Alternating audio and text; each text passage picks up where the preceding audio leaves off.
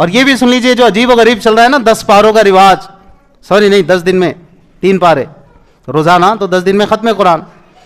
یہ ان کے لیے تھا کہ جن کا کہیں سفر ہونا تھا، جو تکمیل قرآن نہیں کر پاتے تھے سفر کی وجہ سے، یہ وہ تو آپشنل اور ایکسیپشنل تھا یہ، اور ہم نے اس کو لا لیا کمپلشن کے درجے میں.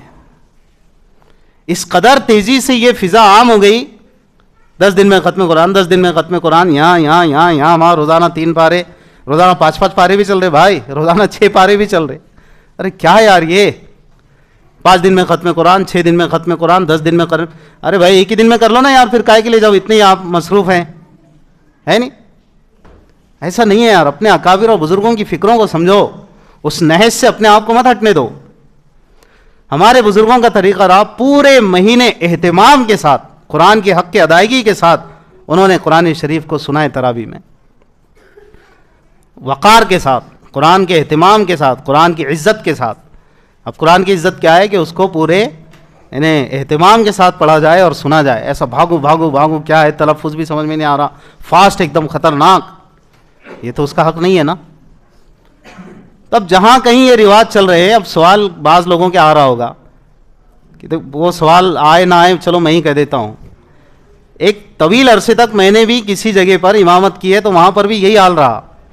اب میں ذمہ داروں سے بولتا رہا بھائی، الحمدللہ اللہ جانتا ہے کہ میں اس پہ مطمئن نہیں تھا، میں ذمہ داروں سے بولتا رہا، لیکن چلتی تو اسی کی ہے. کہاوت ہے نا، جس کی لاٹھی اس کی.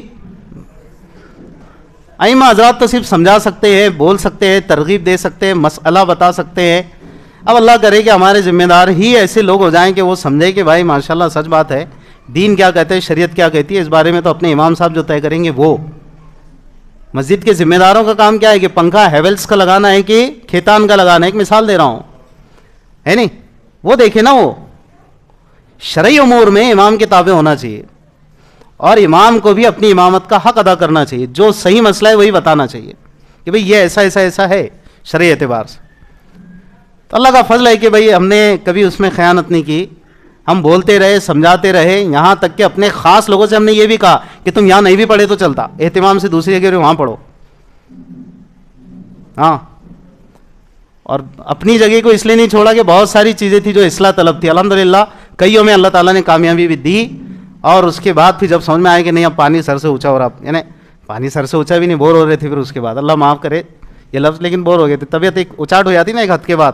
جان دو بھائی السلام علیکم وعلیکم السلام میں اچھا ہے، تم بھی خوش اور ہم بھی خوش، نہ تم کو شکوہ نہ شکایت، نہ ہم کو شکوہ اور شکایت، ایک پیار محبت سے ہوا، اور اب تک بھی ہے، کوئی مسئلہ نہیں ہے.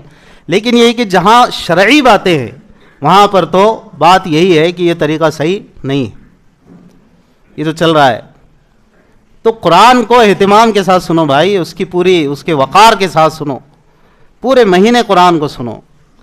جہاں 1.25 پارہ ہوتا ہے، 1 پارہ ہوتا ہے، کتنے سکون سے تراویح بھی ہوتی ہے، قرآن بھی سننے میں آ جاتا ہے، اہتمام کے ساتھ تراویح اور نماز ہو جاتی ہے.